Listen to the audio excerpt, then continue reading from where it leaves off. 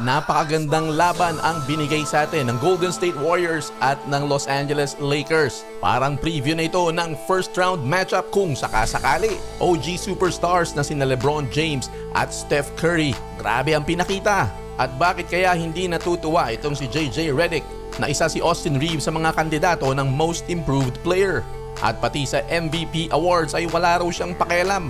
At Defensive Player of the Year Award para kay Draymond Green umiingay pagkatapos ng isang importanteng defensive stop kay Luka Doncic kanina. Walang pakialam si Coach JJ Redick ng Los Angeles Lakers sa nagaganap na MVP race sa pagitan ni Nikola Jokic at ni Shai Gilgeous-Alexander. Malaki kasing bearing ang boto ng media. Ayon dito kay JJ Redick, kumbaga sa botante ay mas informed ang mga coaches kesa sa media pagdating sa pagboto kung sino talaga ang MVP. Sa madaling salita, kung sino man ang mananalo ay para sa kanya hindi yun ang tunay na valuable. Dagdag pa ni JJ Redick na kung kasama daw ang isa sa kanya mga bataan na si LeBron James o si Luka Doncic ay magkokomento pa raw siya. At nang sabihin sa kanya ng isang member ng media na kandidato itong si Austin Reeves para sa Most Improved Player of the Year ay nagulat pa siya. Ayon kay Redick ay hindi niya raw gusto ang award na yan dahil hindi naman daw talaga na-define ng NBA kung para saan o ano ang award na yan. Sabi pa ni JJ Redick ayon sa kanya, ang kahulugan ng Most Improved Player ay isang high draft pick daw na nasa max contract na ngayon na naging all-star. Parang pinupunto niya na si Cade Cunningham ang mananalo sa award na yan.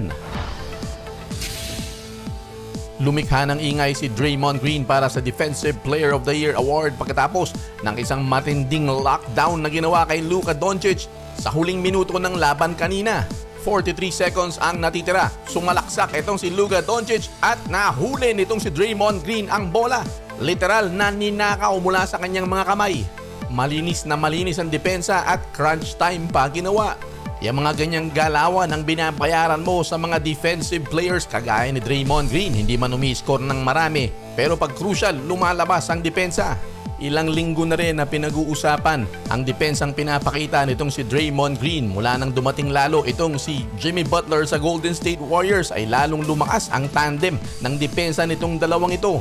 Kaya kanina lalong umingay sa social media ang ginawang ito ni Draymond Green.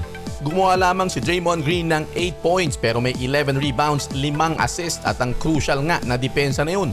Si Butler ay gumawa lamang ng 11 points, 4 rebounds pero may 3 steals. Marami talagang papahirapan ng Golden State Warriors dahil sa depensa ng dalawang ito.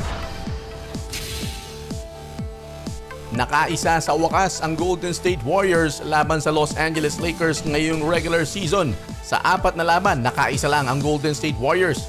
Malaking dahilan dyan syempre itong si Jimmy Butler. 20 wins and 4 losses sila pag naglalaro itong si Jimmy Butler. Final score 123-116. Di kita ng laban. Gumawa ng double-digit lead ang Golden State Warriors pero hinabol ito ng Lakers.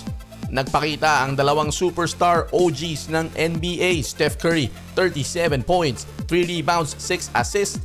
At si LeBron James, 33 points, 5 rebounds, 9 assists. At eto, mantakin mo ha, tinalo ni LeBron James si Steph Curry pagdating sa 3.